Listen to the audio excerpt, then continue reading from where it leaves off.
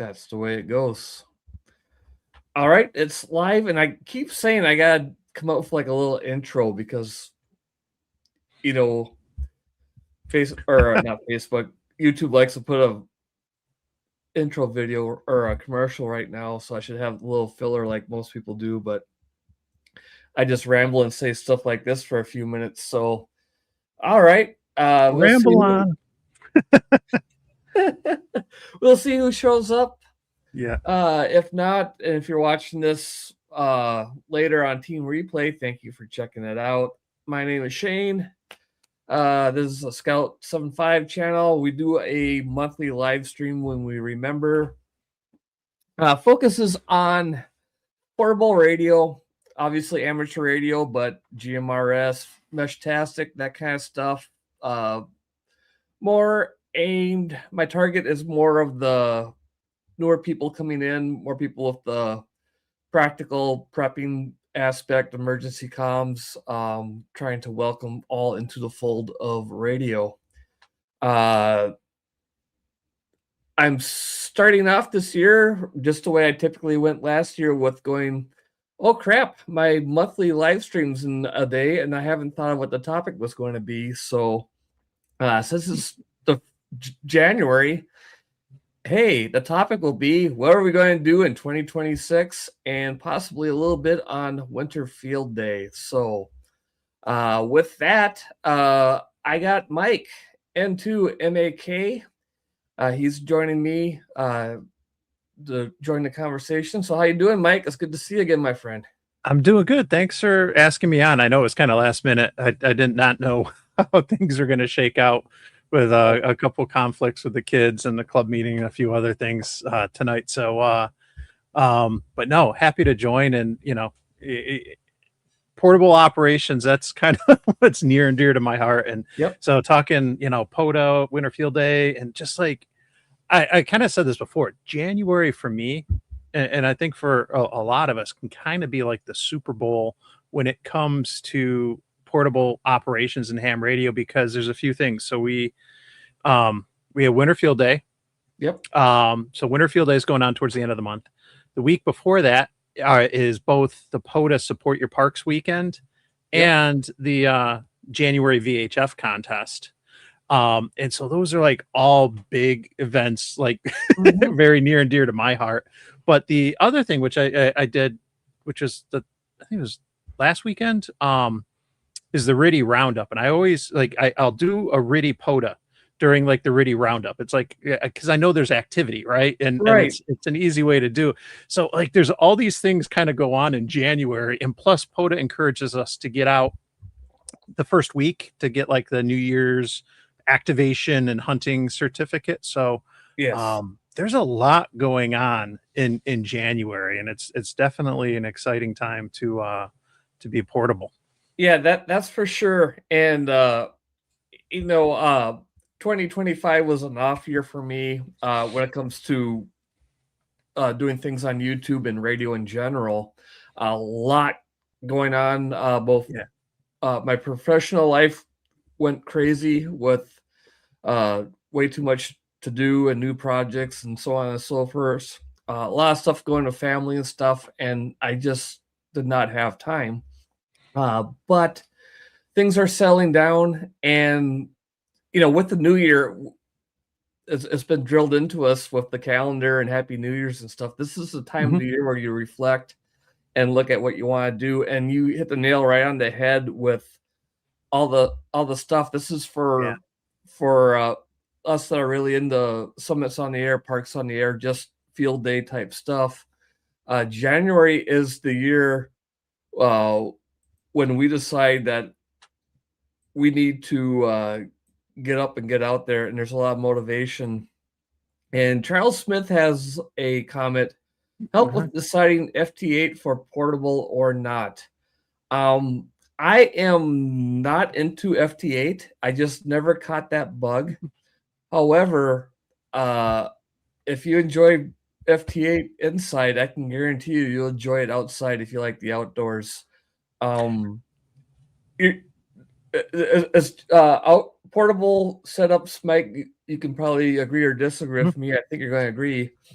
It does add a more excitement and more challenge to what you're doing. Whether you just like single sideband conversations or CW or any of your digital modes, if you like the outdoors and you want a new way to scratch your itch on your favorite aspect of ham radio, taking it outside is definitely going to bring a new perspective to it, and you'll probably have a lot more fun. Yeah, I'll chime in. And Scout, you got a little choppy there, so I know you're talking about your computer before. So heads up in case it's you or if it was on my end. But it's probably going to be on my end. Sorry, folks. No, that's okay. You're good now. I did a FT8 activation early this morning. It's not my favorite. I kind of like that instant gratification of, you know, the voice contacts and that personability. And sometimes I'm not afraid to have, like, if there's not a major pile up, or I'm not at like some rare park, I'm fine chatting with somebody for a minute or two. If they say something like, "Oh, hey, you know, my daughter's out in Rochester or this or that," or they're from Western New York, or, you know, I'll have like a quick chat for a minute or something with people. Like, that's fine, you know. Right. But and I enjoy that. But at the same time, I feel like there's a time and a place for all these different modes and stuff. And I went out early. I did my activation between 6:30 and 7:30 Eastern time this morning.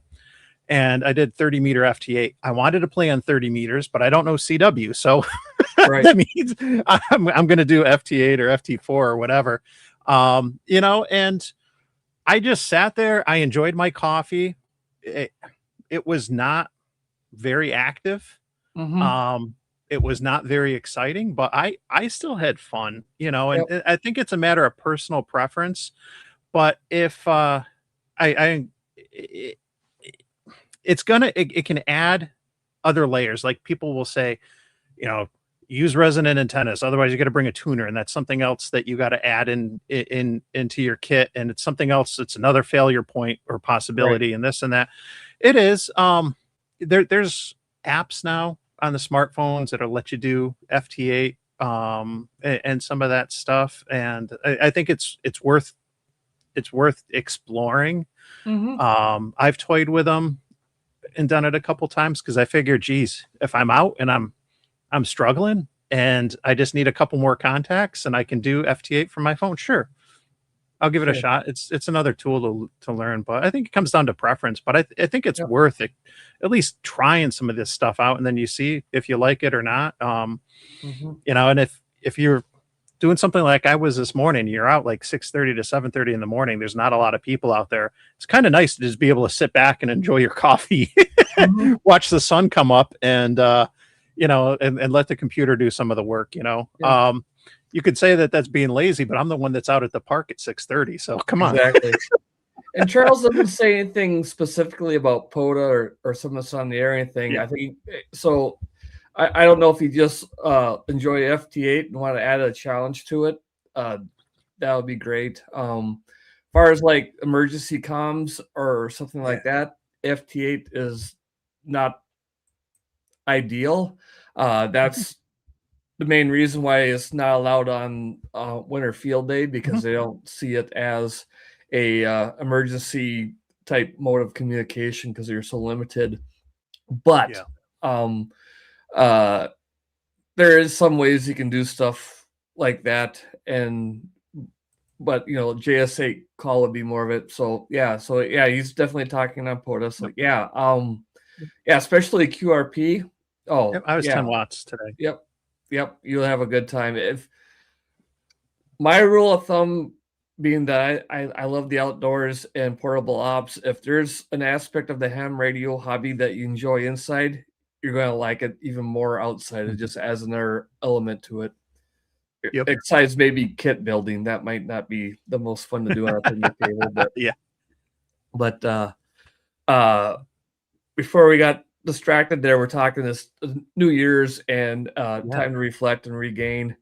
And I did the same thing before I get into where I was going. I've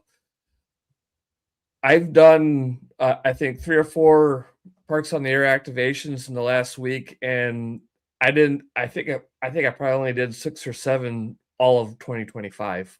I was telling Mike Oh, wow. off year. 2025 was a very off year for me for this. If you follow my YouTube channel, you see that I really slacked on releasing videos. In fact, I just got to editing videos that I've made throughout last year, so you're going to see some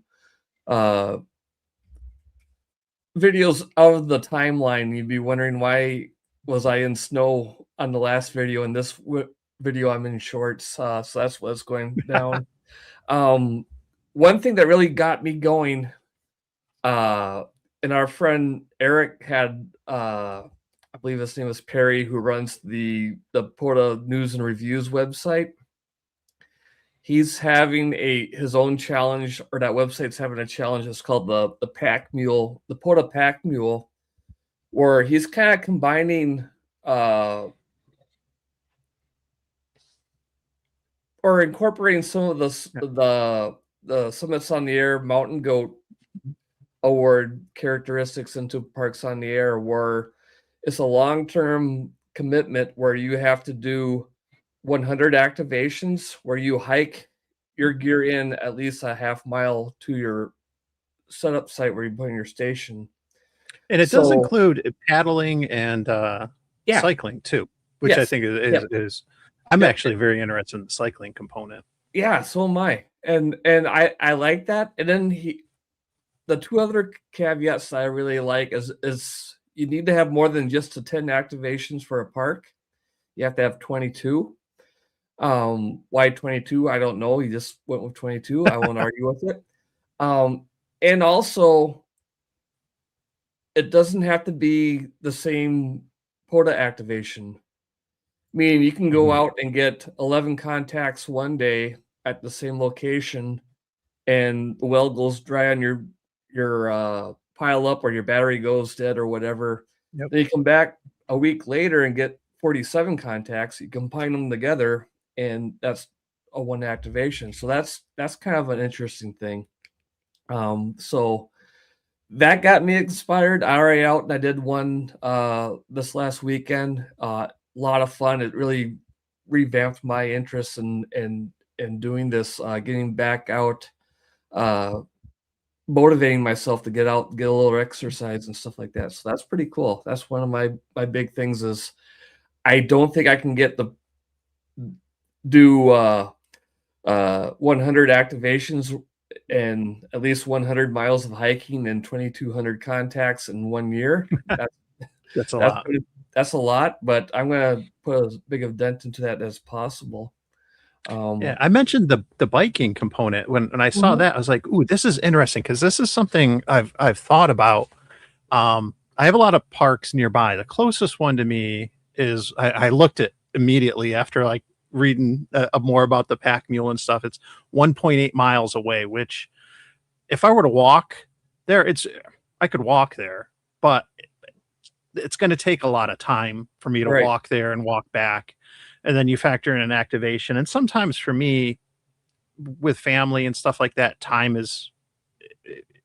factors into things. Like I had free time very early this morning. That's why I was out. You know, carving out 3-4 hours might be tough. But, you know, biking would definitely cut that out. It cut that down. And it's something I've been thinking about because I do like QRP. And I do like operating with low power, minimal gear, some of that stuff. That's fun. Yep. I have no problem cranking it up to 100 and getting all elaborate with things. But, you know, there's something to be said. I think all of us that do portable operations are always interested in different packs, you know, different bags, different gear, different ways to deploy, different things to use or bring. What do we really need? What do we not need? How can we make room or save weight? And and so that like I start thinking about all this stuff. I'm like, you know, when it gets better, I might actually look into, you know, picking up a bike, something as simple as that, and you know, go down that rabbit hole because it's not too far for me. It's within reason, and we're all looking for ways to fit, you know, some exercise in to our routines as well as try to fit in some radio. So I thought that might be a nice way to, you know, get a twofer, get out there, get some exercise, but also play radio. Yeah. Yeah. And with this dynamic, and for us, we live in areas where weather is quite different from winter to summer, so that changes our setups and our philosophies quite a bit. Totally. I see this challenge adding a little bit of strategy and planning based on the places I want to go in the time of the year, temperature, amount of daylight, and as our buddy Tom Tinglask or Mike pointed out, time is a factor, not just hours of the day, but how many of those hours of the day you have. Where I see, like, especially for me in northern Wisconsin throughout the winter, it's going to be temperature dependent on majority of the things. I can sit in the comfort of my truck and run the ATOS antenna and the 100-watt mobile rig, and I'd be happy for hours. And maybe every half hour take a break and run the engine a little bit. But to go outside into the elements, first off, the temperature has to be ideally above at least 20-25 degrees for me. Yeah. And the wind is down. And then now it gets to, how do I hike at least a half a mile and still be layered up so that when I'm done hiking, I'm not sweating. And then if I'm going to throw all this effort, I want to bring a QRO radio, and then that's more weight and everything. And so I can see very easily on the winter time where I may have to take 2 trips out and do 10 contacts one day and come back 3 or 4 days later when my time and weather permits to finish off that activation for the pack mule and get the remaining 12 or 14 contacts or whatever. But yet in the summertime, where I may have a lazy Sunday where I have absolutely nothing to do, I can just throw on the QRP kit, hike out until I get tired of hiking, and just sit there for 2, 3, 4 hours at a time and hunt other POTA entities or something, so it can really, the variety that this challenge has can really make things a lot of fun. Yeah, I got to look into, there is a soda, the closest soda to me, which I've done a number of times. It's only a 1-pointer. It's not a terrible hike. It's like 20 minutes. I got to look and see what the distance works out to be, if that factors in, if it's going to be enough or not. But I can't bike there or walk. I gotta drive, because it's like 45 minutes to an hour drive. But right. I gotta check that out too, because it's something that might encourage me to go do the soda a little bit more too. I know that you only get credit as an activator for like once a year if it's the same one, but I don't care about that. I just want to have fun, hand it out. And it's a soda and a POTA, so I don't care about the points or any of that stuff. I just want to have fun. Yeah. And then when you talk about something that's on the air, a lot of people won't go, but keep in mind that it's still a rush to do it, and the people who are chasers, they still get points for it too. I know. So it's give it to the community if you want. All right, so that's definitely one thing I'm going to be doing this year, is a lot more hike-in Parks on the Air activations. I am blessed with a lot of trails and large parks in my area. So one little aspect I'm going to do to it is to never, unless I have to do two activations to get the 22 contacts, is to never set up in the same place twice for this. Okay. That'll force me to, because there's a few trails around here, like through the Governor Knowles State Forest. There's like 40 miles of hiking trail. And I tend to go to the same spot all the time, but this will probably force me to find a new spot, maybe find a new favorite spot.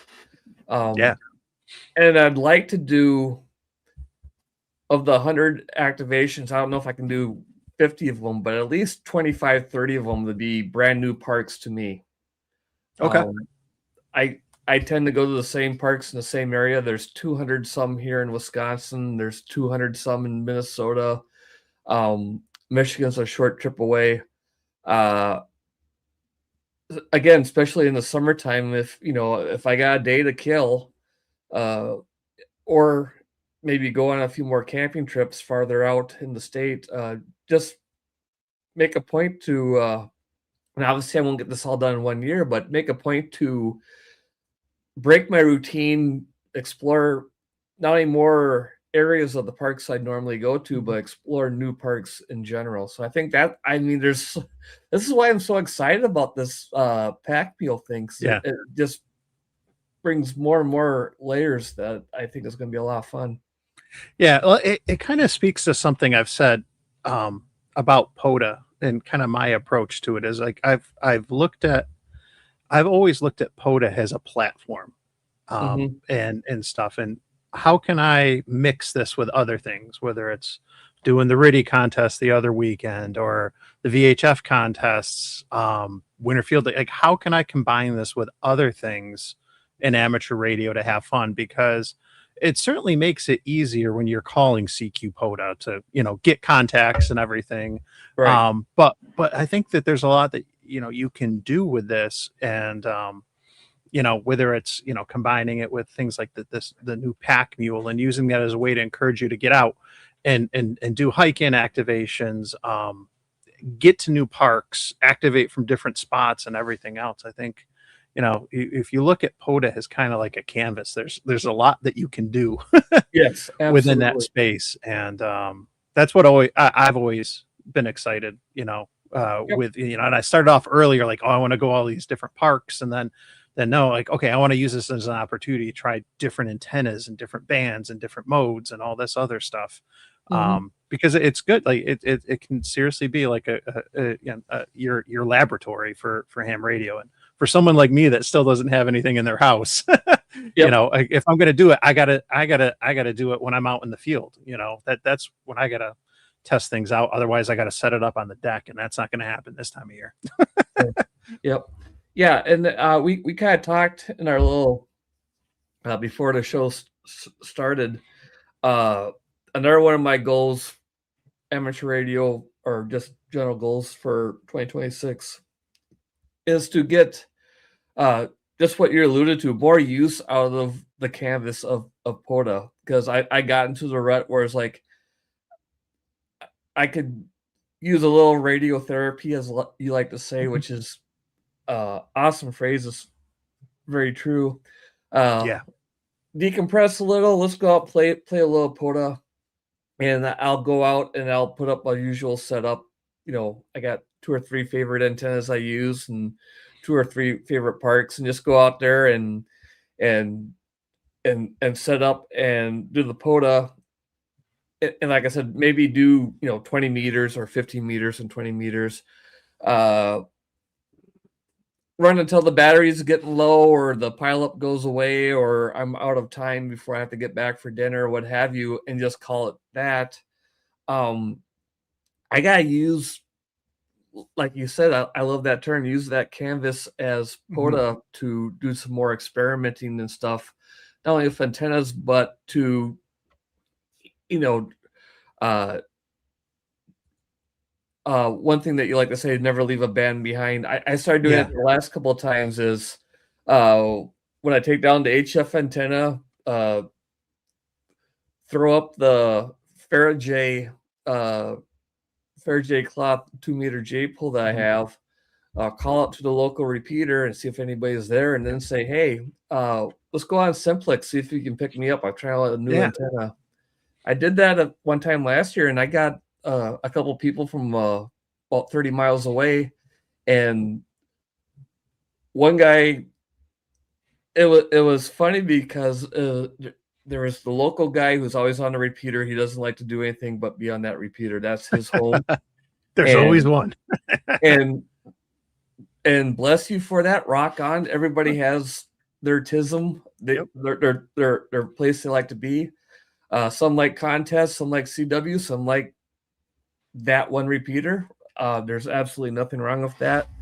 I called out, talked to him for a few minutes, and I didn't even bother asking him because I've asked before, and he says, "Oh, I don't have to set up for that." Somebody else hopped in, and I said, "Yeah, let's go. Let's go to 146.520." We went over there. He was talking to me. We went back and forth a few times, and were just rag chewing basically at that point, and then that other guy threw his call sign out, and he's like, "Yeah, I didn't." He literally said, "I had no interest in that, but I tuned over and I heard you guys talking, and I know Pete's down the road from me, and if Pete can hear you, I should be able to hear you." Yep. And so it got him going. So it was fun.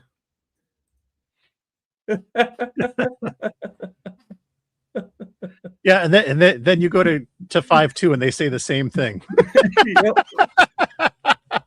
Yep. I know it can be different in different parts of the country how they look at no. 5.2, but you know, at the end of the day, like Yep. if we don't use them, we lose them, man. Like, you know, if no one else is using it, and when I do POTA on 5.2, or if I have QSOs on that, Yep. I'd leave.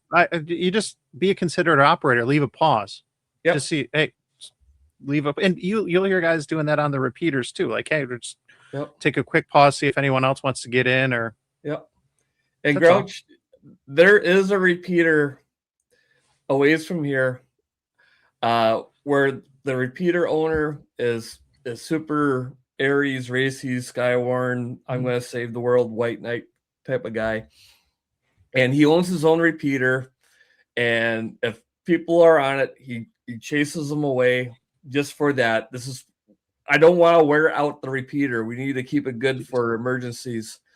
And then he also complains that nobody helps him keep his repeater going and donates and stuff like that. And it's like, well, buddy, it goes both ways. If you want people to help you with your repeater, you gotta let them use it. So I saw that and it's like, yep, I've literally heard that. This is for emergencies only. Yeah. And the problem is, if you have it just for emergencies only, how would anyone know to use it in an emergency? Yeah. Yep.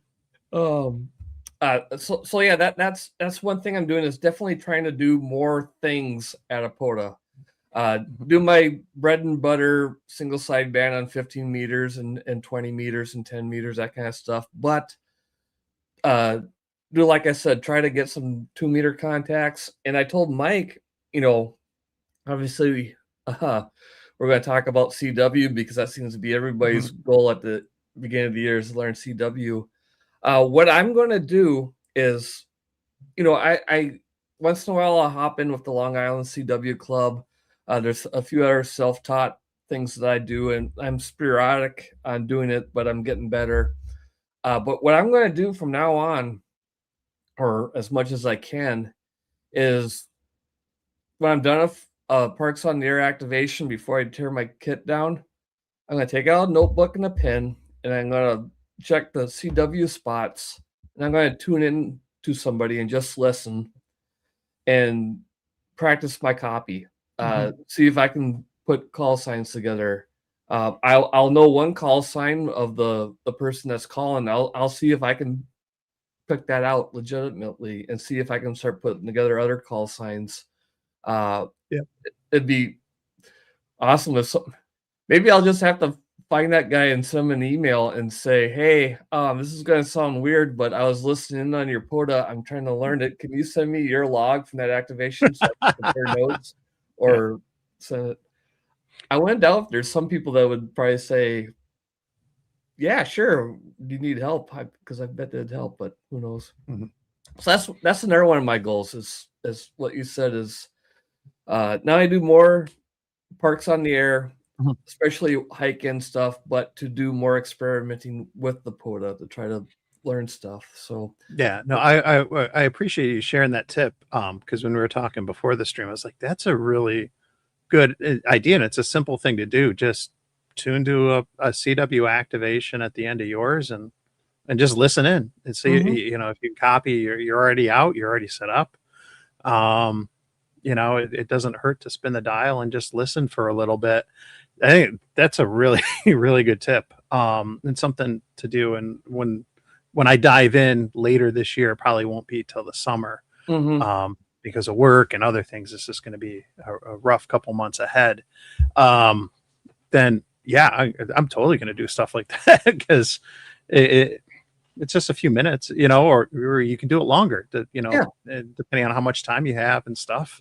But give it a shot. Yeah, and I'm definitely not a CW expert, but I've heard it enough from people that know what they're talking about. Is, like I was saying before, I listen to the audio things on my way to work where they go through the alphabet at random letters and they'll put letters together. The tone and the timing is always perfect and the cadence is always right. When you listen to a real activation, you'll see the Yeah. the stutters and the skips and the screw ups. So it's and the fading in and out and everything like that. So I think that'll definitely be a big boost to my head copy, is to get some real live photo activations going on. Yeah, it's definitely different in the field than it is in the classroom. Yep. Yeah, exactly. With everything. With everything. Yep. So what other goals do you have for 2025? Yeah, so the CW was one, and I was very specific in the video I did. I wanted to, have a very specific, goal, and it is to do a CW POTA activation before the end of the year. So that's it. So I'm not just saying, oh, I want to learn CW, no, I want to do the activation. Now, I was careful not to say if I'd be calling CQ or just hunting, but I'm gonna get it done. It's just a matter of just seeing, what happens, how this, adventure goes and stuff. But that's one. And the other one, which you're kind of talking about, was I just want to play radio more. And so I said, I want to do a weekly POTA. And I am lucky, like you are. We live in, park dense areas where there's lots of parks, lots of trails, things that we can go activate. And they're not far from me, but I know there's a couple times this year where I went, a couple weeks without activating, and I could just feel it. I'm like, man, it's been a few weeks. Like, I want to get out there. That's what got me into the hobby, or what I did when I first got into it, was just getting out, having fun, activating the radiotherapy. And so I kind of was like, I just want to activate weekly. I know it's not these lofty goals. I'm not getting out activating every day, or I'm not trying to get to all these new parks or whatever. I just want to go play radio once a week and have fun and just hold myself to that. And, I mentioned earlier about going out and doing a FT8 on 30 meters this morning from between 6:30 and 7:30, because my oldest son started driver's ed today, and the class starts at 6, over an hour before school actually starts. So I'm like, geez, I got to drop him off at the high school by 6 o'clock. What am I going to do for a few hours before work? Go play radio, and it's not my first choice to go play radio at 6:30 in the morning, but why not? And I'm trying to do work bands, on Wednesdays. It's something I started with my son last year. We called it Work Band Wednesday, and it's just to encourage people to try different bands. And also part of it's because of, the band police on 17 that get really, annoyed when you call CQ POTA, and they're not using the frequency. They're just sitting there. They got nothing else better to do. But, I want people to, get out there and activate. And so I figure I'll be doing a lot of these Wednesday mornings. I'm going to learn about propagation because I'm out at a different time. And it's still kind of night at 6:30 in the morning this time of year. I looked at the muff maps. I didn't spin the dial. I just set up on 30 and was like, this is where I'm going to play today. But, some of the bands they might not be open, like, 10 and 12 when it's still dark like that, maybe 17 or 20 would be a reach, or I could have, leaned over there. But, it's an opportunity to learn, try something different, and, just experience a different time of day and, and operating. So I'm looking forward to those, but, it might just be these Wednesday mornings, just getting out and playing around for an hour or so between 6:30, 7:30. Make the best of it. Like Grouch said, it's a perfect excuse because I'm already up. Yep, for sure. And it's a great segue because I want to talk a little bit about gear and stuff. I have no intentions of buying anything grandiose expensive as far as like a new HF or a new mobile rig or anything like that. But I did, like many of us, find a little extra Christmas money at the end of the year, and I bought I've ordered now a couple antennas. One was from our friend Tim Ortiz N9 SAB. I ordered his collaboration infid half wave of the Tech Prepper, his anti-field day antenna, which is you did that one. Linked infid half wave. That's all the work bands. Yeah, nice. 12 17 and 30. So I'm going to be breaking that out. I might have to try to make a work band park to park with you in the mornings or something. 30 meters would be great for that. All right, that's going to happen this year. You and I are going to make a work band park to park. Or what we should try to do, this would be a fun exercise for us. And it's stuff like, like the Gaston's done before, but we could look at doing a peer-to-peer WinLink. Yep. Scheduled and stuff, and take a look and see like certain, and if it's a Wednesday morning, geez, that's it's WinLink Wednesday, work band Wednesday. It's it's all the things right there, but not to totally rip off Gaston. Yeah. We won't have a no random contact. We'll have a no random park to park. Yeah, park to park WinLink. Yeah, yeah, but no, that's fun because like that's. Yep. I followed his channel when he's done some of those things. It's really interesting. I haven't really done a lot of that. There's been like when there was a few rare POTA DX things, and I then went into vocap and other things. I'm like, okay, if I want to work this park to park DXpedition, what's my best chance? Right. And there's tools out there to do that, and it's helpful to know, and it can be a good exercise. So. And I've only done like a couple peer-to-peer WinLinks during WinLink classes that I did like a year or so ago. So that's something good to do. Yeah, I have to check that out. Yeah, now that was the other thing is WinLink. Geez, I probably have to call the admins at WinLink and get my account rebooted because it's been at least a year since I've done WinLink. Okay. I started dabbling with that in 2024. I think I've sent a few messages to you, just using 2 meters. Okay. And I've never done a successful HF WinLink session, so I gotta get that set back up and do that. So yeah, that's going to happen this year. That's my new goal is to do a no random park to park work band contact with you, probably doing like WinLink, or we could definitely do voice too on 12 or 17. But definitely try to do that on a Wednesday. That'd be fantastically fun.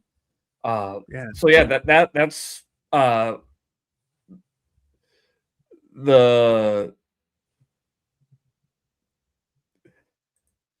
I wasn't gonna say anything, but I was looking around wondering what was making that noise.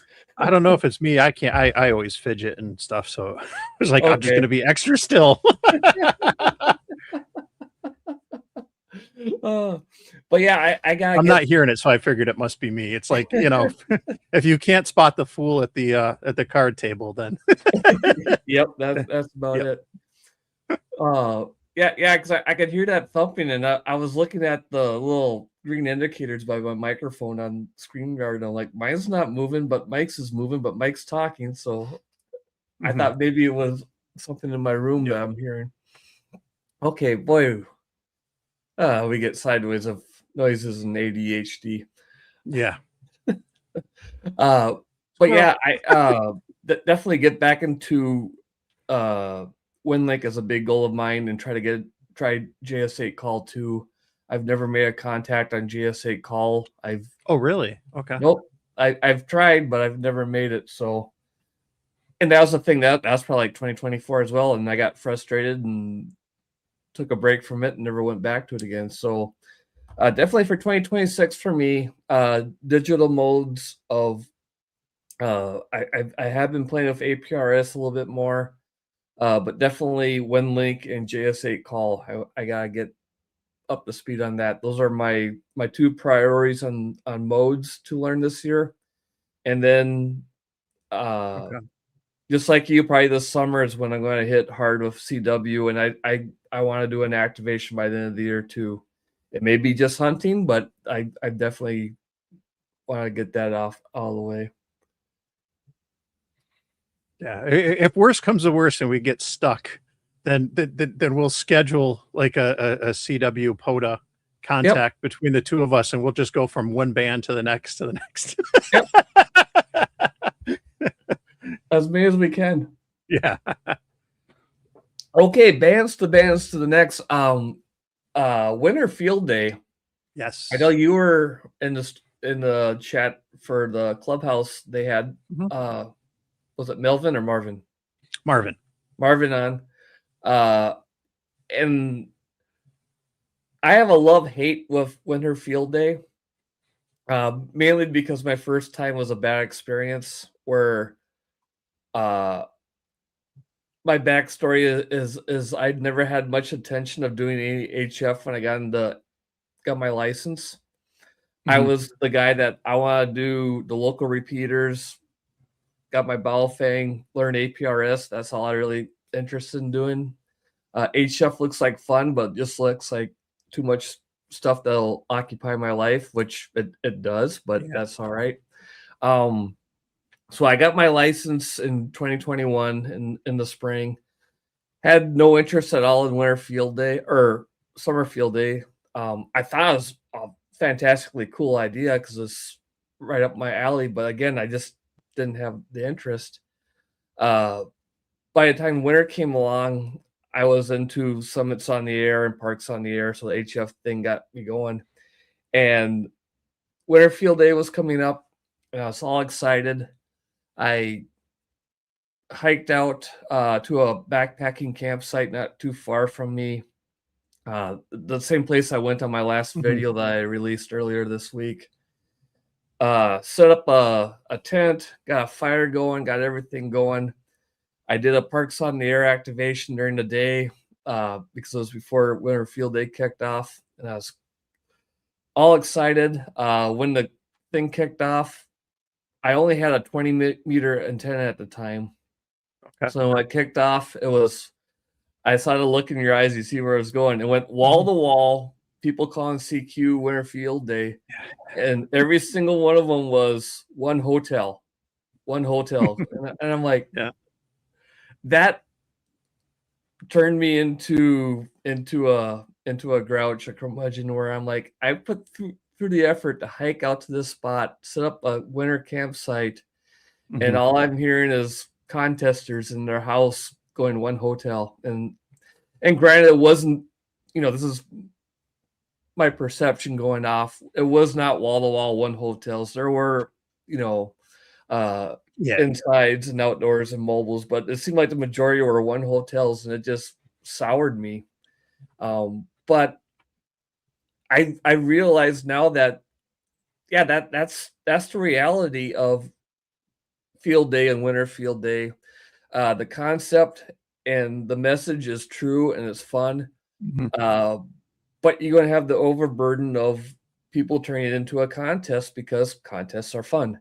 And I can't be jaded by the fact that there's people who ignore the field in field day. But I can't. It would be like a Parks in the Air activator getting frustrated that hunters are sitting in their house and then you're not getting all park to parks. You got to have the people at home out there. So it is what it is, and I gotta quit being a curmudgeon and just embrace the fact that there's people who coming at this event with a different angle than me. Yep. My thoughts, Tom, was either home stations should not be able to call CQ; they should only hunt, or just to keep the contesters out there handicapped. Like right away, if you're a home station, you're minus 50 points. but that might encourage people to just contest more. I don't know, Yeah. but yeah, I think there should be. Yep, yeah, I think there should be definitely a point advantage for being outside or mobile or portable for sure. But I don't know. Yep. I don't want to.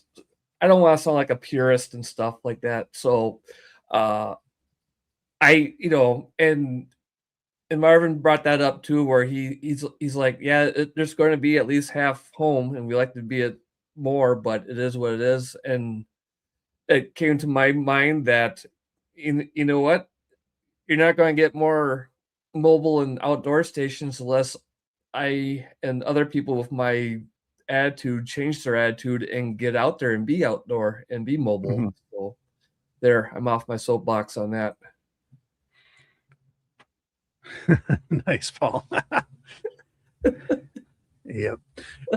Yeah, I have not done winter field day much. I haven't done much of it. The first one that I did a couple years ago was the first time I ever did JS8 call. I knew that I could only, and I have the problem is for me it's basketball season for my son. And I get stuck with games and practices and tournaments and everything, and it always seems to kind of conflict and stuff. And winter field day does have like a limited time too, that it's some contests might be the whole weekend, like the POTA support your parks is that'll start Friday night at the UTC rollover, and that'll go till Sunday night. Then the VHF contest, that'll start in the afternoon on a Saturday, and that'll go like into Sunday night. Winter field day, like that's even like I think a narrower operating window for the contest and the event, which on one hand is good, but if you end up like with family or work conflicts or something, then it's like, well, geez. So anyway, my objective was to do something new, and I'd never done GS8 call. So I went out to the park and I think I had like 1 hour left in winter field day. And I was like, I am determined to make a JS8 call contact. And I did. And I might've made two. But that was my goal and my objective. That's it. Like, it's a contest, but it doesn't have to be a contest. Right. And I think winter field day is actually done some good things with, they've called them objectives or different multiplier things. Ultimately, they're trying to encourage people to do different things, try more bands, try different modes, all this stuff. And those things kind of work into field day. But I thought winter field day has done a really good job of incorporating those. And so, for me, that one time I went out, it was like, I want to try something new. JS8 call. Let me try it. And I've only done it a few times. But for me, I chalk that up as a win. If it encouraged me to go out and try something new and learn something new, that's a good thing. This year though, I brought it up. My club has done a winter event in February that has typically been more social focused, like more of just a social activity, like, oh, hey, we're going to get a cabin in the park. And it's not a POTA park, by the way, but, bring some food, bring chili, bring drinks, hang out. We'll set up some radios and people play. And ultimately, no one really gets on the radios or has done a whole lot because, well, you're just hunting and stuff. And so I mentioned this past year, like, let's do maybe we combine winter field day with this winter social event, and instead let's do that. And so that's happening. Unfortunately, my son's got two games the Sunday that they got the cabin for. So I'm not sure how much time I'll be able to spend there. But what I'm going to try to see what I can do is work with our VHF club and schedule some contacts, because I know they're trying to promote using different bands. And I have capabilities on everything from 160 down up to 23 centimeters. And I'll bring out some VHF and UHF gear for some of the lesser used bands, like 23 centimeters, 33 centimeters, 900 megahertz, 1.25 meters, and just set up some stuff. And I'll encourage some of the VHF guys, hey, get up, if you're not going out to do winter field day, get on the radio at this time, and let's make some contacts on some of these lesser used bands. It's after the contest, but it's just about fun, and maybe it encourages some people to say, hey, it's not much to buy a rig for 1.25 meters. I can get something for 100 or less. Maybe I'll get that. That sounds like something fun to try. And maybe it gets some more people interested in 220. Who knows? Yeah, I just pulled up the rules, the PDF from Winter Field Day website. I dropped the link in the chat if anybody's interested. But yeah, they changed things up a little bit this year. They extended it beyond 24 hours. It's going to be a 30-hour event. Just to make it a little better. One thing that caught my interest is that locations do not have to remain fixed during the event. So that popped into my head, Parks on the Air Rove. So I like that. And then they got some objectives that we can go into.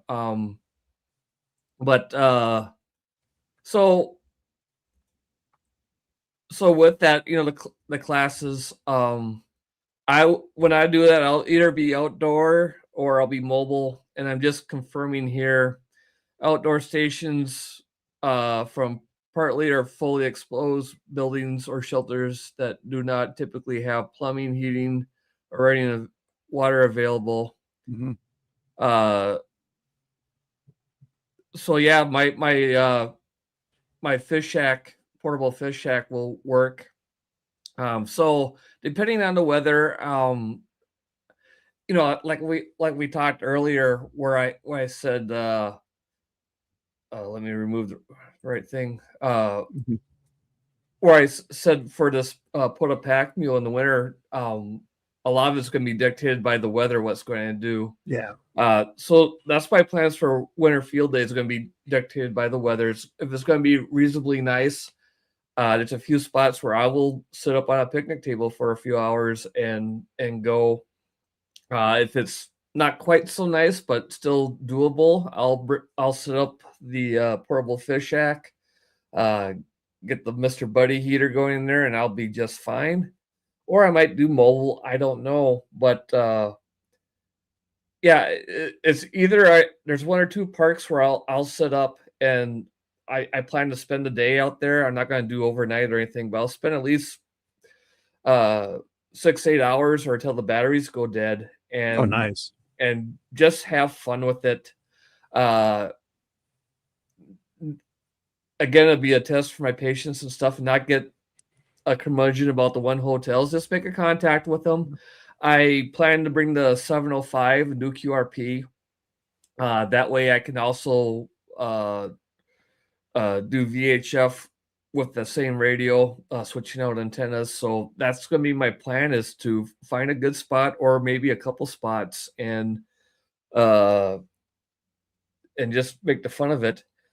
Now, if it turns out to be very cold, if it's going to be like a 15, 20 below day, then I'll do mobile. I'll just set up in my truck, get the ATOS going, so I don't even have to go outside to disconnect or connect links in the infed half wave.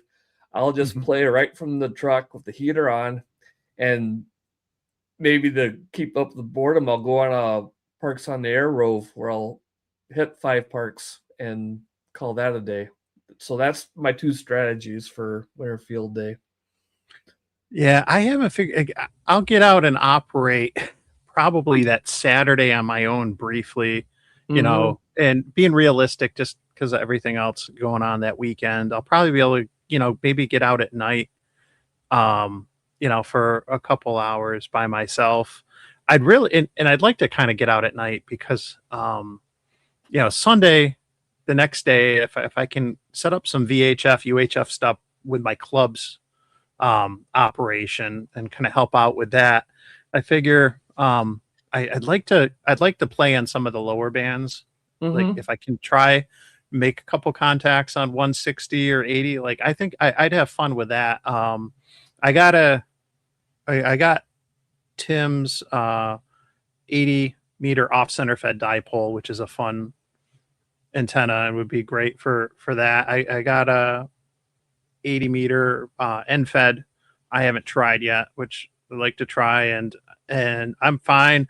And if Grouch is still watching, he knows we threw together, Matt from Reliance Antennas and I made a end fed halfway or end fed random wire for 160 meters when we were at a camp out in New Hampshire in the fall. Like, we made that thing in the field and just threw that thing up in a tree, 148 feet of wire, and it was like 100 and something foot counterpoise it had. Okay. But that thing tuned up on 6 through 160 and stuff, and I think it'd be fun to get out late if I can get into find a good spot in one of the wildlife areas where I can get that thing up in the air enough and manage to deploy it that late at night. I think it'd be fun. That's another antenna I ordered with my extra end of the year cash. Was a Reliance bug out. Was it the 56-1? Okay. I don't know I think they're supposed to tune up better on the higher bands. I think from what I've read, and I'll share my experience with them, because I have the 49, the 56, and I got a 64-1 also. Okay. That I'm testing out. I've read that the higher ratio transformers, like a 56-1, can be better on the lower bands. So okay, like 80 or 60 or 40. And stuff. The 56-1, the one that was a prototype that he didn't go with, I have that as a linked end fed for 30 and 60. Okay. And that works out well. And I've done a couple of videos, like I string that from my deck to my fence for invis on 30 and 60. It's only 4 feet off the ground. Yep. But I saw that the video. thing works out fine. Yep. What's interesting, and I know Tom's done 36-1s, I think, if he's still in the chat, but I realized when I took an element that was cut for a 49-1 and I moved that over to the 56-1, it was long and I had to trim some off. So you might save on wire, high, but yeah, other than that, I haven't noticed much difference. Grouch and I did we did a POTA together in Eastern New York when he was passing through, and we used the 56-1, and it was a 40-meter element, and I mean that worked out great, and that was QRP 10 watts. Yeah, I saw that video too. You guys were in a pretty small parking lot. Yeah, we were in a state forest, and like some of these, like the wildlife areas, state forests, like you're lucky and get a couple cars in some of these spots, and but we made it work. We got it up high in the tree, and it worked just fine and stuff. But no, the 56-1 has been fun. I've used that.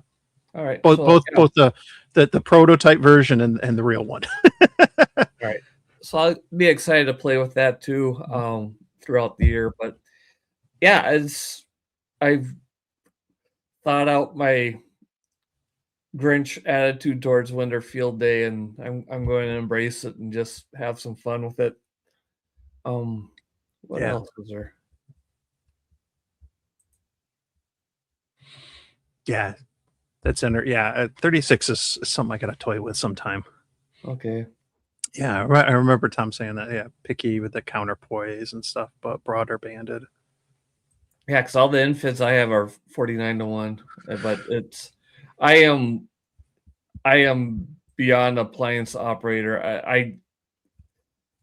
You watch some of the more technical streams, like ham nuggets and coffee and hams and Dude Tested and those guys, and they start going into, and I watch those streams when I can because I always want to learn something, but it's usually within about 5 minutes I am just lost when they're going into the details. And then I'm like, okay, what's everybody doing in the chat? Hey Mike, how you doing? Hey Tom.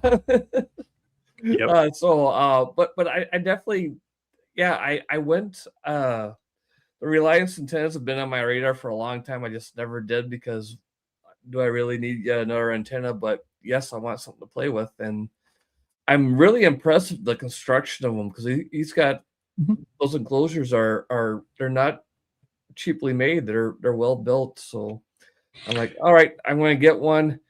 And then he had the option for a 56-1, and I'm like, I really don't know what the difference is, but I don't have one. And hey, this is a hobby of experimenting. Even if you don't know what the experiment is, let's get one and see how it goes. So that was my logic behind getting that. Yeah, and I know you mentioned you got Tim's the blinked work band end fed and stuff, and that's something I've been toying around with like the last year or so. When I kind of learned that's not difficult to make linked dipoles or end feds. I've realized I don't like the linked end feds going up in the trees because it's more to snag. I feel I haven't figured out really smooth ways to make them, but you know, like the linked ones, like I was saying earlier, with the doing a 30 and a 60 meter one doesn't get a whole lot of use, but I mean it's stupid easy to do. It's not perfectly symmetrical, but they're not far off in lengths.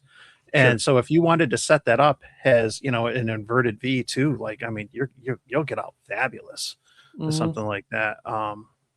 Yeah, that's the first infant half wave I bought from Tim. I have several of his dipoles and offset dipoles, and I love them. They're rugged as heck. But I bought a few of the Pac-10 infant half waves, and that's a video idea of the how Tim's style of antenna building and George from Pac-10 style are different spectrums, where Tim's are portable, but they're extremely rugged. You can easily use them as a permanent antenna. They're sealed up so well. The links are solid. The wire he uses is solid. Where the Pac-10, you know, George uses, he's more of the backpacker in mine, where he uses very lightweight materials and stuff. They hold up well in the field, but they're not an antenna that you would put up for months at a time. They disintegrate. I can see that.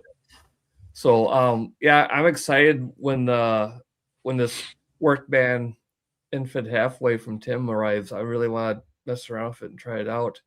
But yeah, I've for me, most of my portable activations, I've used the linked infant half wave, mainly because it takes up a little bit less. It's a little easier for me to deploy and takes up less space in a dipole because you got the two legs to deal with.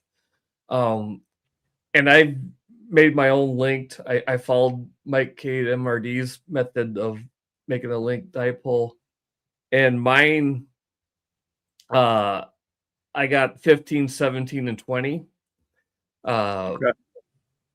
Obviously 20 is the money band for portable activations, but I'm a big fan of 15 meters. That's kind of like my favorite one. Yeah. Especially on the top half of the band, and then, or the solar cycle. And then having 17 is great for contest weekends or just to get out. But then I have a banana plug at the end of that, and I have a length, so that way I can turn it into a 40 meter if I have the space, or you know, where it's a sloper or inverted V. Then my personal touch is I've made, you know, the three links are permanently attached to each other, so I'll always have the 20 meter length of wire basically. And at the midpoint, I added an attachment point, so that way I know instantly where to hang it if I want it to be an inverted V, where it'll always be centered. So I got basically two connection points at the end, so that it'll be a sloper for 20 through 15, or it'll be the center point for an inverted V on 20, or excuse me, 40. And then I have the other spot where it'll be an inverted V on the 20 and below. So it's super quick for me to set up. I don't have to be measuring stuff out. I got a little loop here, I got a loop there, and it just boom goes. So it's a fun way to Do you it. have, and we're talking antennas, and this can be a whole rabbit hole, but do you have one of the telescoping whips? I forget, like one of the 17-foot ones, or? I've never missed Okay. around with a vertical antenna like that. I don't have a 17-foot whip or a Wolf River coil or the buddy pull or anything Okay. like that. I One got of the nothing but things, wire antennas. one of the things I did a bit ago, I haven't used the antenna much, but I was thinking about it today, and it got me thinking too. When I was doing 30 meters, about making one for 30, is I made a linked vertical for 17 and 20. So just vertical quarter wave, and there's Okay. a link, so I could do 17 or 20. I always want to have 17, at least because QRP, if it's a contest weekend, we know how 20 can be. Yep. And give me a space where I can go play, right? But that's only going to be, it's a quarter wave, so it's only going to be about 17 or so feet. So depending on a mast that you have, ideally fiberglass is going to be better than carbon fiber, because there'll be, but I mean, I've used it with carbon fiber before and it's been fine. And if you angle it a teeny bit, you can get that wire away from the carbon fiber, so it's not interacting as much. But that's something I'm gonna do one, because I have the Soda Beams Tactical 7000 HDS, which is their big chunky boy mast, and it's 23 feet 7 meters. So that should give me just enough to do a vertical for 30 meters. And I'm probably gonna do one for 30, and I'll probably put a link in there for 17 or something as well, just to break it up. But it's not too difficult. You don't need to wind any toroids or anything. Yeah, we probably all have chokes and stuff laying around.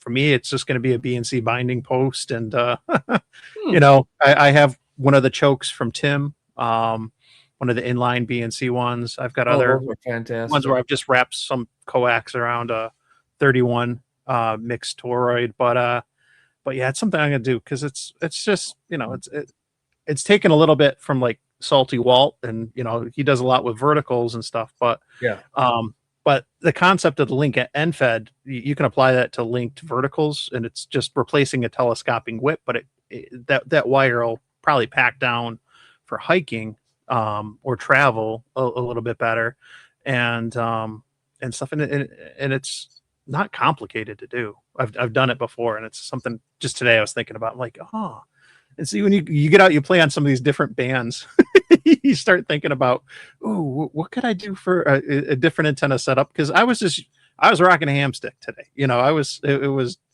dark. I was in a small parking area, and I was like, I'm just going to keep this simple. I had the Rybakoff in the trunk, and I got there, and I'm like, I'm not throwing out radials. It's too dark. If people are going to be pulling up next to me or walking, and sure enough, that ended up happening. But yeah, blinked verticals, something you might want to think about toying around with.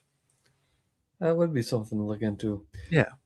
Now, the last, besides that pack mule activation I did, the last few activations I've done was just from the cab of my truck, and using that ATOS antenna with my Yaesu 891. And man, I wish I got that years ago, especially for the winter time, because it's so nice. And I've used it a fair bit in the summer too, where I'll run the coax out of the truck, and I'll either set up on a picnic table by it, or a lot of times just on the tailgate of the truck. And that ATOS, I really like that for if you're going to be in tight quarters, or if you're going to be from a parking lot, because my whole station is within the parking lot. A parking space for my truck. It's in the footprint of my truck.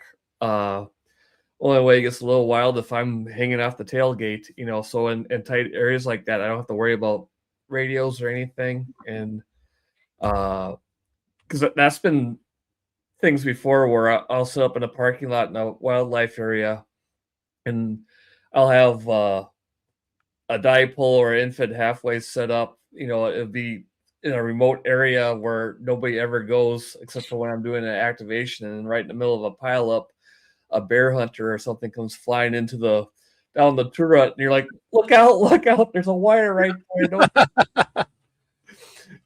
but you know, and I done that too where I got the same mount on both my truck and my Jeep, so I just put the ATOS, everything's contained, there's no surprises. But it's almost cheating. It's almost cheating. It is.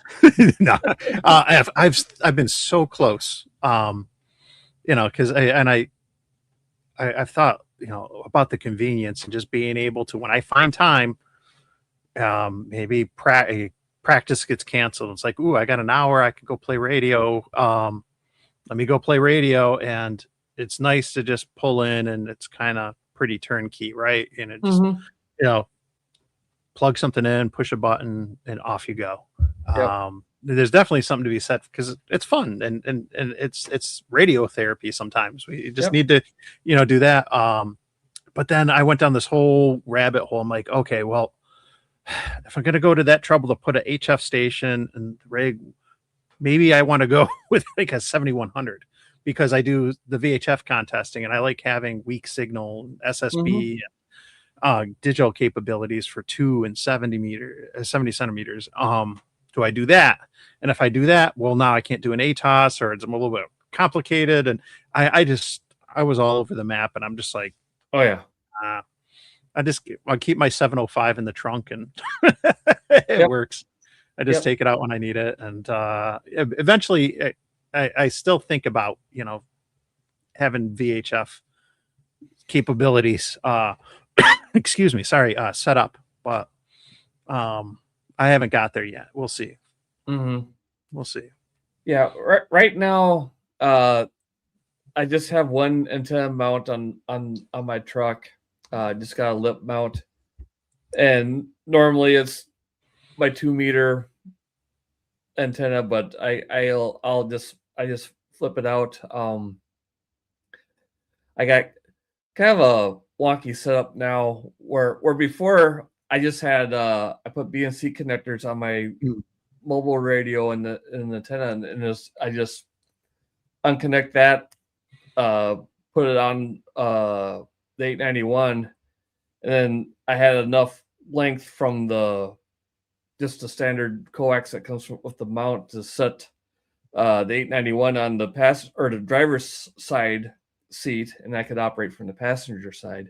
But that's a little goofy in their step. So then I added a small jumper from my mobile radio to an antenna switch, and then on the other side of the antenna switch, I got a 4-foot length of coax.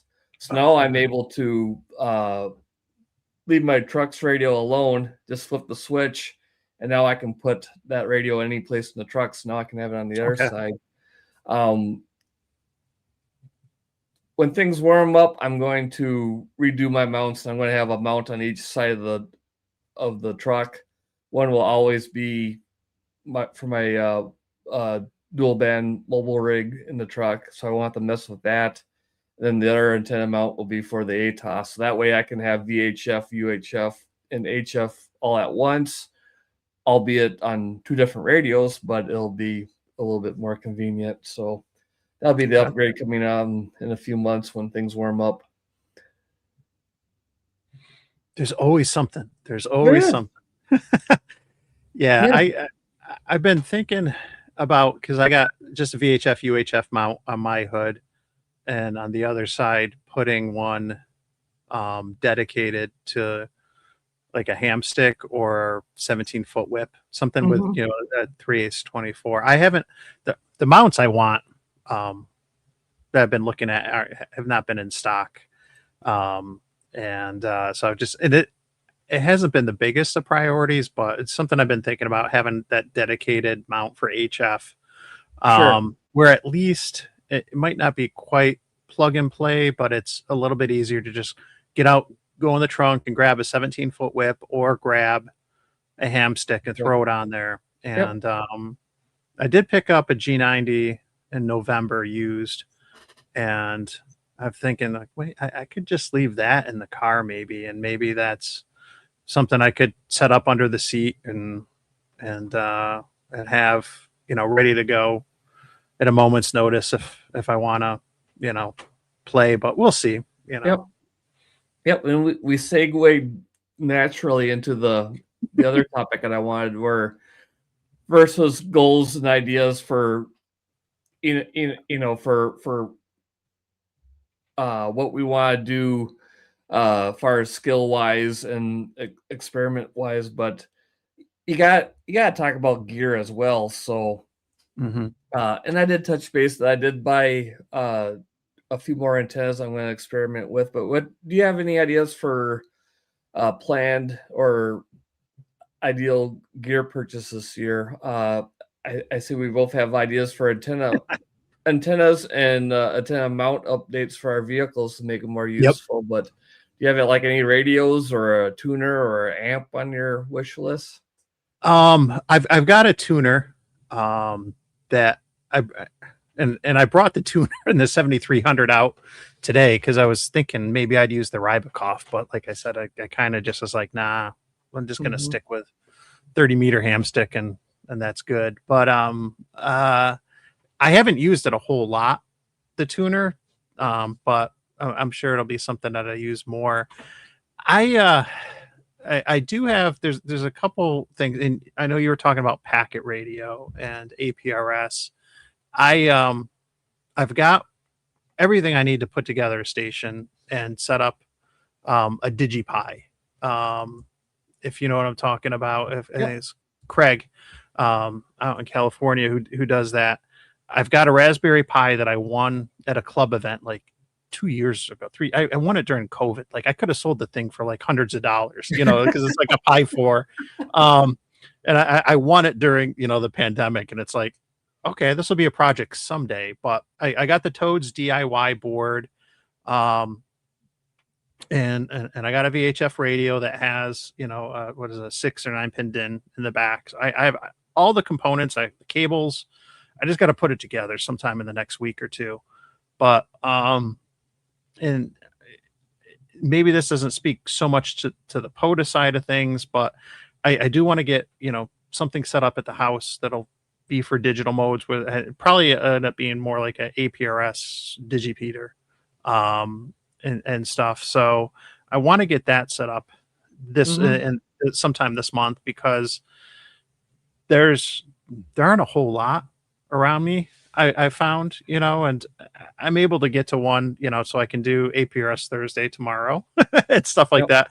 But I think that it'd be neat to set up. So that's something I'm interested in doing. And like I said, I got all the gear and all the stuff. It finally came before my winter vacation, and I just need to make more time. And Jason just mentioned in the chat SSTV. I think SSTV is another thing that can be done with a DigiPi, and something I might play around with more. So well, we're very similar on that, where I don't have any radios. Well, I shouldn't say I don't have any radios that I want to have. There's a lot of them I want to have, but none that I'm going to. I live within my means.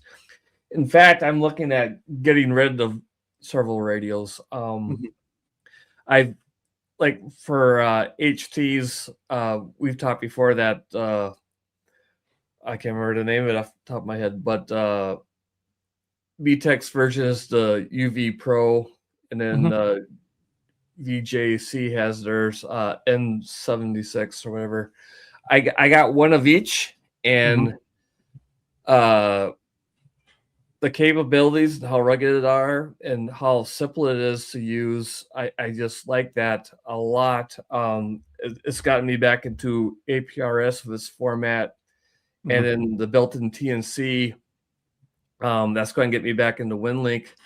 So I see getting rid of a majority of my rest of my handhelds, because like most people, a new handheld comes out, it looks cool, you see 30 reviews of it on YouTube, and the next thing you know, you bought one. It's the greatest thing ever. You carry it for a week, and then it goes on the shelf, and then wash, rinse, repeat. And some of them, in order to do APRS or definitely to do WinLink or anything on, I need like a DigiRig or a MobiLink or some other thing. And now you got the friction of, in order to do one thing, I got 4 devices that I have to wire together and sync with Bluetooth and flip and flop and fleep and flop. And now that I got this, is so much cleaner. I'm thinking I'm going to sell a bunch of MobiLinks and a bunch of handhelds that I just don't use, just to clear up the clutter. And also, I didn't buy a new radio, but with my end of the year splurge, I bought the kit that I think you've did a video on. I know Mike K at MRD did. Jason just did one. Is the upgrade to your 705 where you put the USB cable. So I got that coming. And I started looking at my 705 that I don't use that often. And I know for a fact that I can hit every repeater in my area with it because I've done that practice. And I don't do a whole lot of HF at home, but I do a little bit. And I think QRP would be all right. But, you know, there's some amps for the 705 that are fairly reasonable. And I'm seriously thinking of selling my Yaesu 891A or 991A. Get rid of that and get a medium priced 100-watt amp for the 705 and primarily just use that at QRP. But if I'm hunting you or some of my other friends, POTA, maybe fire up the 100-watt amp and do that. Because that's basically all the HF I do at home is when my ham alert goes off, it's one of my friends is to try to hunt them down. So in all honesty, just maybe shelve that idea for the amp. If I can get you on 10 watts, I'll try again later. Yeah, well, not trying to spend your money. I'll share this since you were talking about the 705 a little bit, and you mentioned Winter Field Day. I picked up a duplexer, diplexer from Diamond that I use with mine for the VHF contests and I got the one that lets me split off. It creates separate antenna connections for 2 meters and 70 centimeters, and then 6 meters and above. Now for the VHF contest, I have an elk antenna that's dual band for 2 and 70. And then I have an antenna for 6 meters. And I have an antenna switch, but I learned the hard way during one of the contests that you don't always remember to flick the switch. And so, you know, I did make a 70 centimeter sideband contact on a 6 meter dipole. It does work. The SWR was off the chart. I realized, I'm like, oh my gosh, what's going on? I'm like, oh, I forgot to hit the antenna switch. But the diplexer, the duplexer takes the human error element out and it automatically splits those frequencies. So that's something that, and I got it from Diamond. And so it just, you know, you plug it in and then you can set up, in your case, you know, maybe you know, an Ed Fong antenna or, you know, just the J pole, the Fair J for 2 meters, whatever. So you can have your VHF antenna set up, and then you could have your HF stuff separately and not have to flip the switch, just be able to switch between the bands and it automatically filters it and stuff. So do you have a video on that? No, but I'll go grab it. I'll show you. Talk amongst yourself. All right. And while he's gone, I flashed this on the screen, but I just want to say this is a great idea by Jason. I want to set up a cheap SSTV listening station, SDR Pi, loop on the ground, and just let it run for a year. That would be kind of cool. That would be kind of cool just to see what comes up. I like that idea. But I think Mike is going to be spending my money because that does So I thought about having an antenna switch for doing that, but having something like that would be kind of nice. And then especially if I do make the 705 my home base station, having that make sense. So yeah, I was just rambling. I was thinking of, because I do have a manual antenna switch that's going to do that, but uh, like I said, just for my home station, having that set up, if I go with the 705, that would make a lot of sense. Or even if I don't, but I popped this up and I didn't think much of it. But the more I looked at it, I laughed. Jason has such a great idea. I want to set up a cheap SSTV listening station, an SDRI loop on the ground, and just let it run for a year. I love that. It'd be neat to see what you come up with. Yeah. So here's what it is. Here, let me in digging you. I misspoke. I said diamond. It's actually a comet. So it's a CF530. All okay. Right. And so it's got a cable at one end. I have a BNC adapter on here because it's, I use it for the 705. But you can see it'll split off the signal. So I got to get my left and right correct, but I got one here. So that'll do 2 meters, 70 centimeters. And then the other one is going to take everything else. So, okay. So that's kind of what I end up using for, the contest. And, if you're going to have an HF antenna and a VHF one, then that's perfect. You don't have to think. You can just switch in between. All right. I saved the packaging because now it's worth twice as much, Because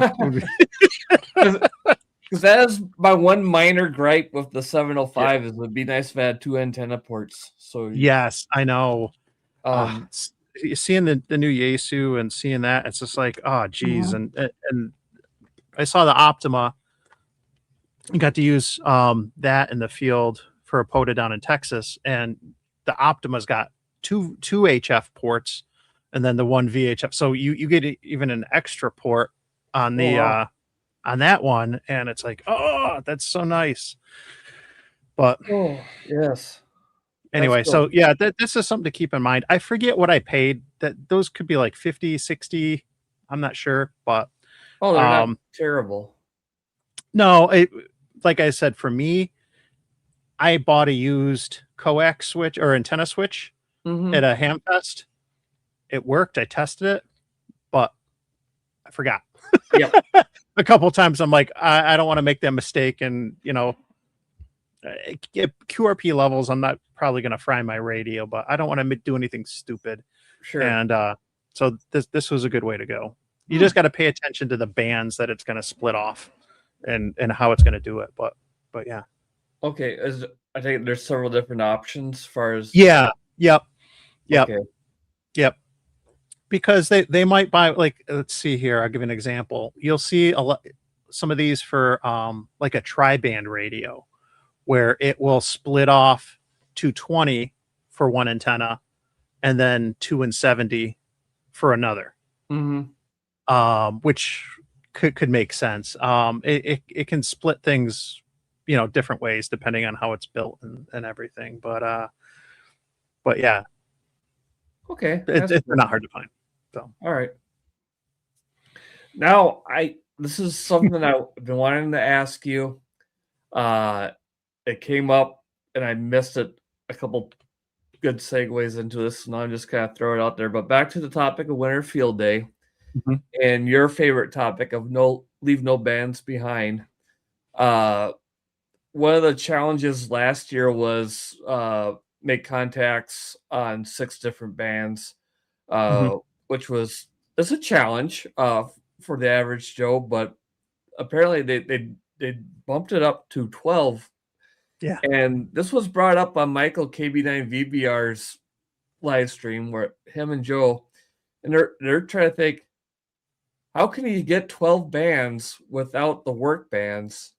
I'll tell you, because I can do it. I counted and I was like, I have it. So so and I'll start with, I'll work my way down. And 23 centimeters, which is 1.2 gigahertz, so 23 centimeters.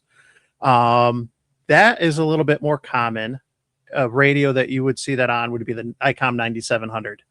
I have a long-term loan of ICOM ID1, which is an FM only D-Star 1.2 gigahertz or sorry 1.2 gigahertz transceiver, and it's 10 watts. But I also have an Alinco HT that will do 1 watt on 1.2 gigahertz. So 23 centimeters is one. Number two would be 900 megahertz or 33 centimeters. I have another Alinco quirky radio, which will do that for FM. It's only 3 watts, but I pair that up with a Yagi that's got 15 dBi gain. And so 3 watts turns into more like 40 something. Okay. So it's like running a mobile. And that's been more than enough. 900 megahertz, 33 centimeters is tough. There's some old Kenwood radios, the TK 981, 941.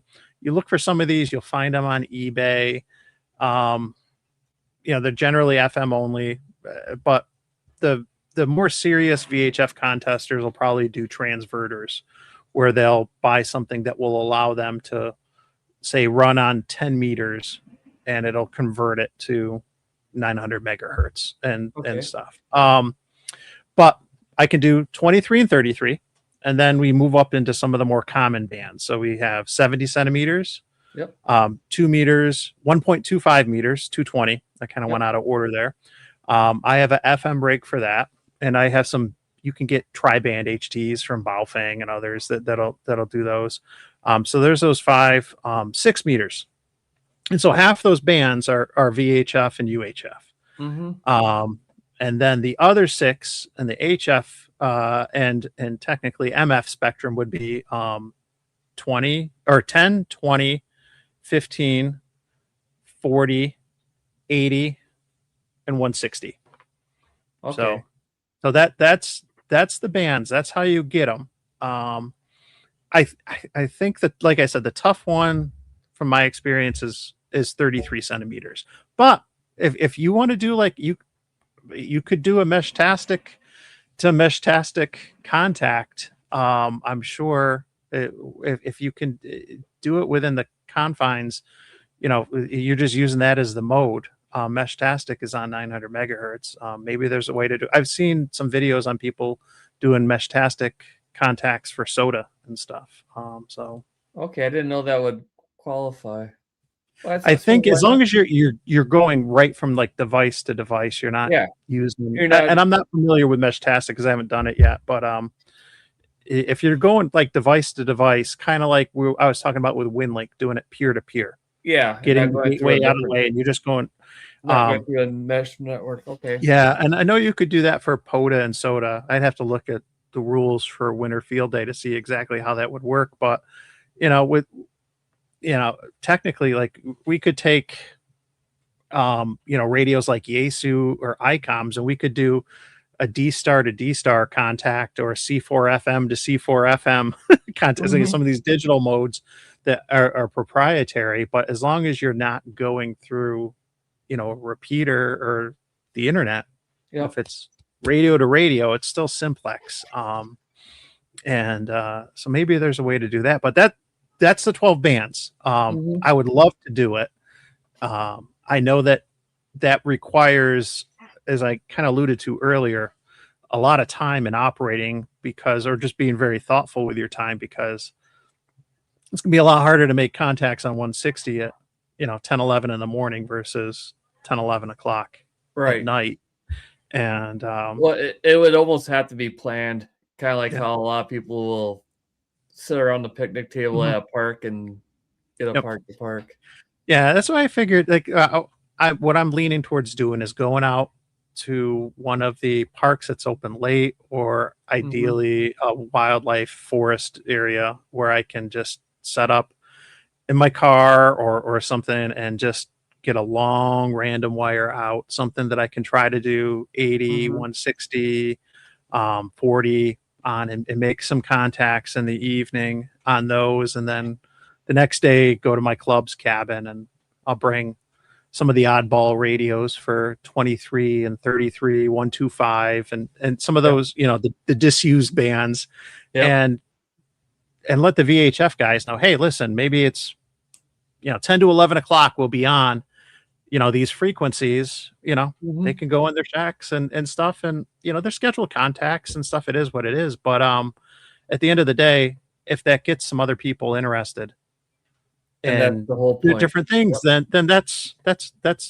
good. That's a win for me. I don't need the trophy if I don't get, I don't care if I get credit for the 12 bands.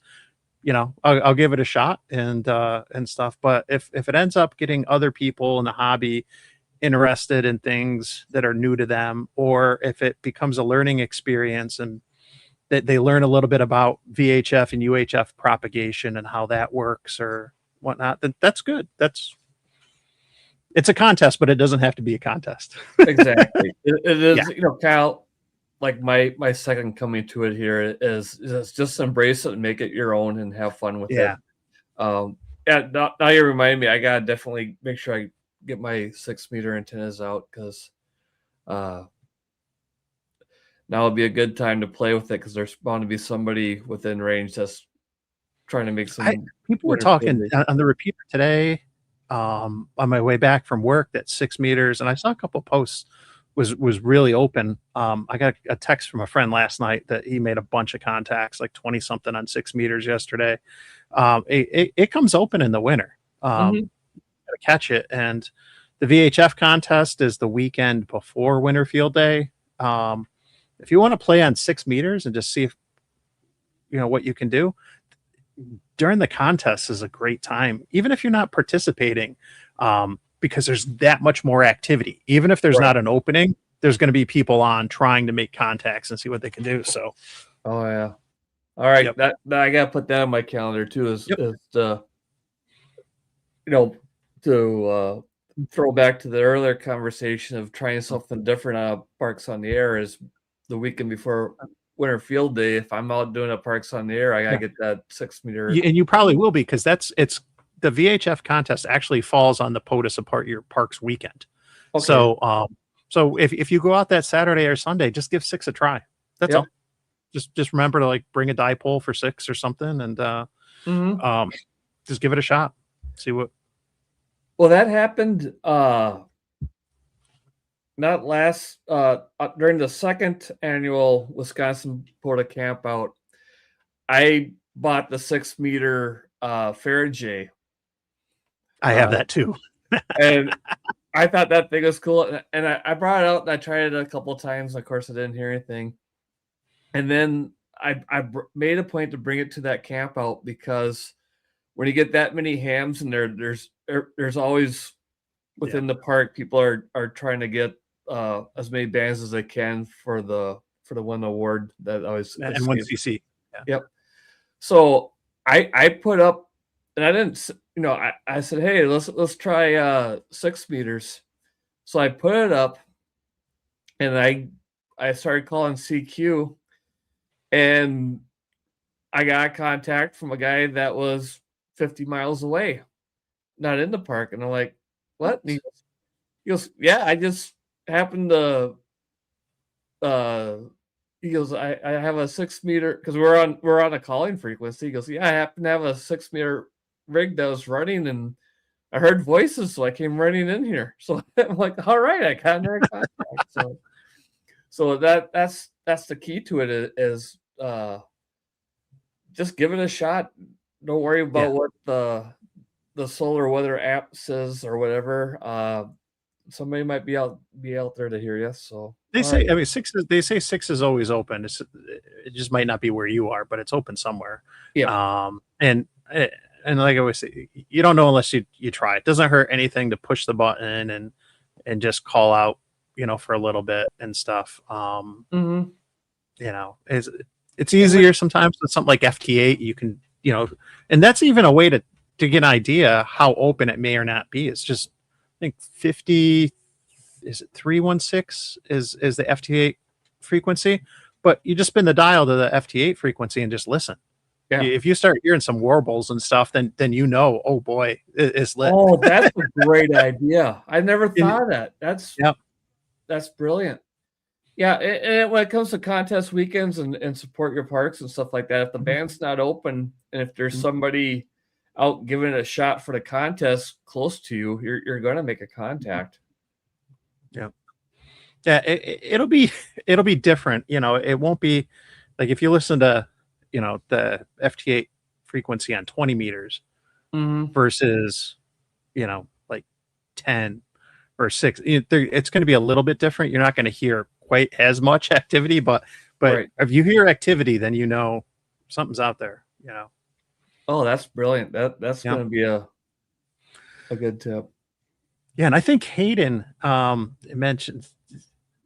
did something recently about or maybe it was Josh. One of the two of them talked about if you look at the if you were to look at WSJTX, and if you see that the signal reports are within, you know, you start getting closer to 0 and stuff, like, you know, that you could do voice contacts. You know, if someone's coming in at -19, then, well, you know, yeah. But that's, yeah, you can use it as a tool. See if things are propagating where you are or not. Cool.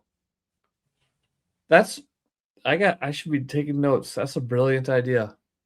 All right. I got the idea. Someone told me about it for 10. Because you know, when I first got licensed, I remember people were saying, like, how do you know if 10's open or not? And somebody in Elmer had mentioned, like, you can just listen to the FT8 frequency. I was like, oh, that's a good reason. That's a good thing. And then it kind of stuck, and it's just been one of those things where sometimes, like, I might not even have. I almost did it today when I was on 30, and just went to 17 to see if things were coming in on 17 at, you know, 6:30 in the morning. But I'm like, I'm just gonna stay where I am. And it was slow, but, you know, it worked out. Sure. But yeah. Hey, Eric. Oh, yeah, that's mind blown. That's an awesome idea. So I kind of returned the favor for telling you to just listen in on Parks on the Air activations on CW for head copy practice. Yes. So, good. We're getting some good ideas from each other. Yeah, that's what this is all about. All right, so we got some fun stuff to do. Yeah. Cool. All right. Yeah, I got no shortage of projects and to-dos and all kinds of things like that for ham radio. I just pulled up my list. I got a whole list of things that I still want to do and try. Take care, Tom. Thanks for hanging out with us. Appreciate it, bud. Yep. 7-3 Tom. Yep. All right. So we kind of covered general projects or not projects, but skills and avenues of the hobby that we want to explore in 2022. 22. Geez, I'm way off. 26. We talked about Parks on the Air goals. We talked about some equipment upgrades and stuff. About the only thing left would be kind of the ham tube thing. Obviously, we both have YouTube channels. Do you have any channel specific goals or ideas that you want to do? Any new content ideas? Any ideas? I think, you know, it kind of goes back to like when you and I got started with Tuesday Night Ham Radio, and I was piggybacking off of you before Clubhouse. I think, you know, like I've always strived to try to do a video a week.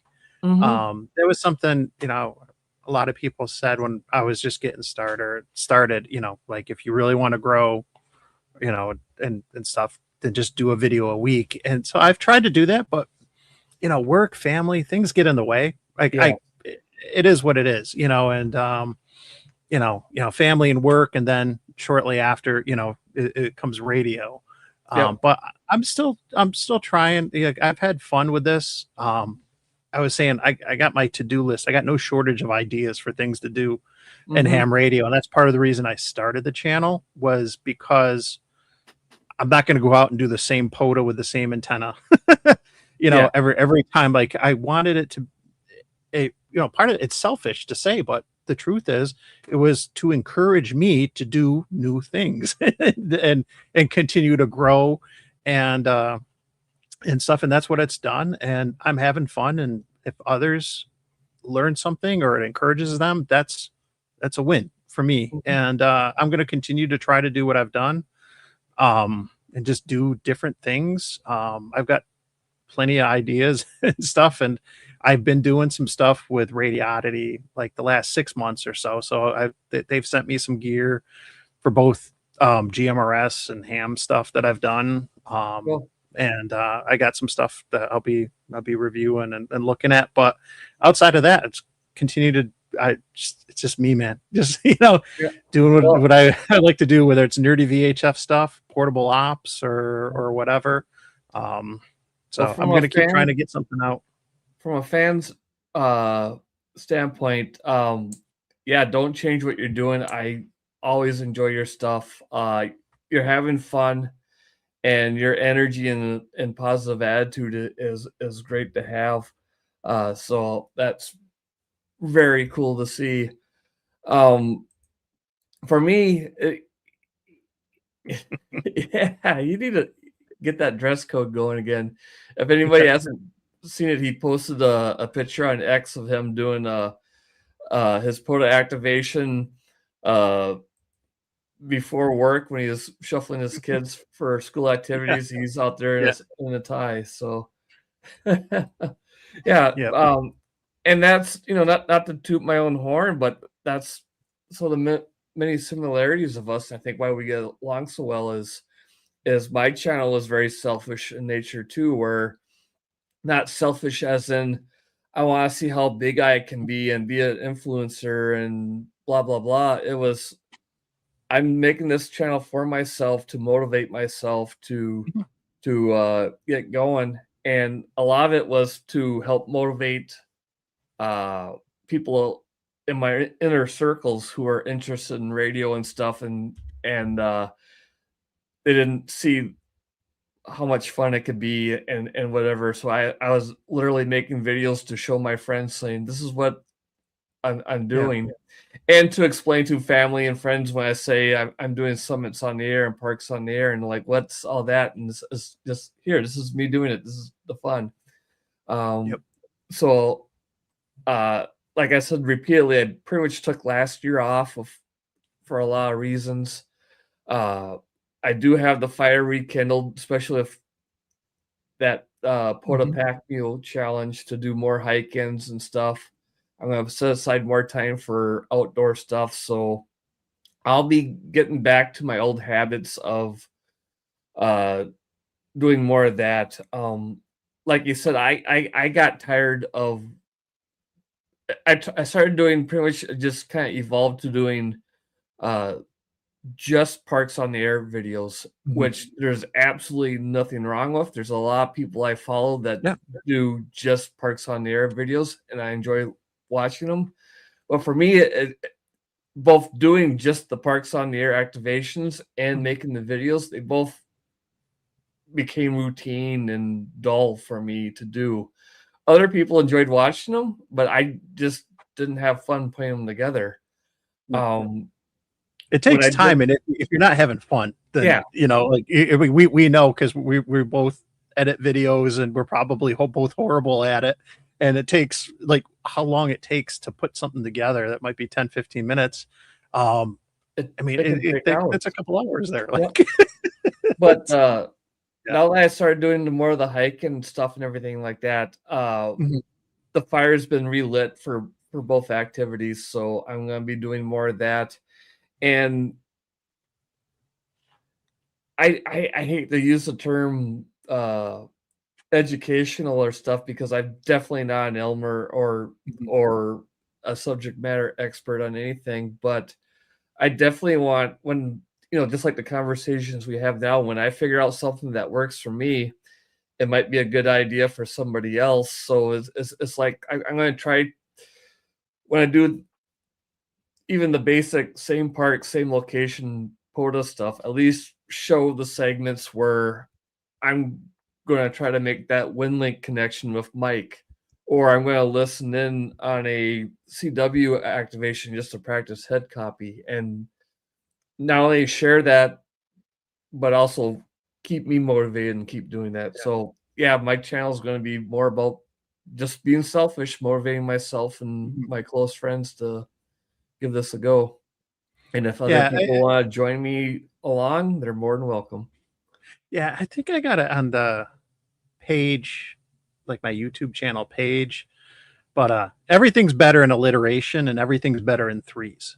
You know, like we always remember things in threes and we always remember alliteration. And if there's three things I'm trying to do with a channel, it's to, you know, there is the educate component, then entertain and encourage. Those three things. And if I can do one or two of those things in a video, then that's what I'm trying to do. You know, either show that POTA is fun, you know, and ham radio is fun and you can do lots of neat stuff with it. Maybe some of the stuff is educational, you know, and ultimately I just, you know, try to be encouraging for people to try different things and, you know, don't be afraid to, you know, RF around and find out, you know, just, you know, just have fun, see what works, see what doesn't. Yeah. Yep. I kind of call it edutainment, where it's kind of educational, but it's mostly entertainment. This where I am. I just, you know, as I keep repeating over and over again, now that I've rekindled the fun with the hike and POTA, it's I just want to document. Even if it just comes down to when I'm 50 years older than I am now and I can't do stuff, I can still watch younger me do stuff and remember how much fun that was, you know. At the end of the day, if it just becomes a video photo album for me, then it's been worth it. Yep. No. Good stuff. Yeah.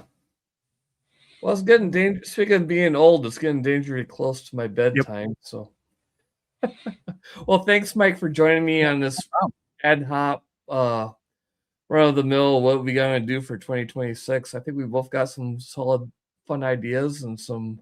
Go play radio. Go have fun. Yep, for sure. We could have distilled it down to like 2 sentences, but instead we rambled on for hours like Izzo on Clubhouse. Yeah. But that's what makes it fun. That's what makes it fun. Yeah, and it's great to sit and talk to you for almost 2 hours, and it's a good time. But yeah, let's try to do the no random park to park on a work band. That'll be fun. Yep. We'll sort that out, and I'll just recap real quick, you know, for anyone who's watching or tuning later. A lot going on this month. Next weekend, not this coming one, but next weekend is the POTA Support Your Parks weekend, and it's the January VHF contest.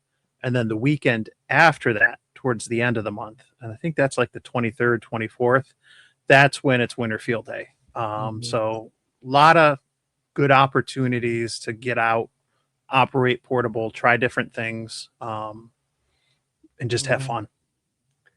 Yep. And Eric, that's why we're not on the Clubhouse. We're close, but not quite there. We got to be on the junior varsity streams here. I'm doing dry January again, and so that is probably helping this time around. Yeah, I'm down my water. I'm done. Yep. I'm doing the Shane on the Clubhouse said he was doing that, and I thought, you know what? I've never done that. That sounds like a good idea. So let's give it a go. So, yep. I did it last year and I was surprised that I made it through, but I did. So. Oh yeah. Yep. It's always good to push ourselves and get out of our comfort zone once in a while. So. Yep. Get out of that rut and switch things up. So. All right.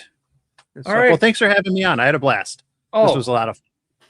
Good, thank you, and yeah, I'm glad you could make it. It was a blast. So, with that, I'll hit the big red button in the corner and say 73. Everybody, thanks for hanging out with us. Appreciate it. 73. Sitting around and having fun.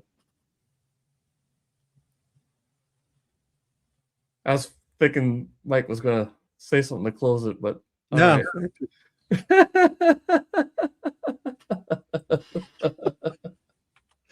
There we go.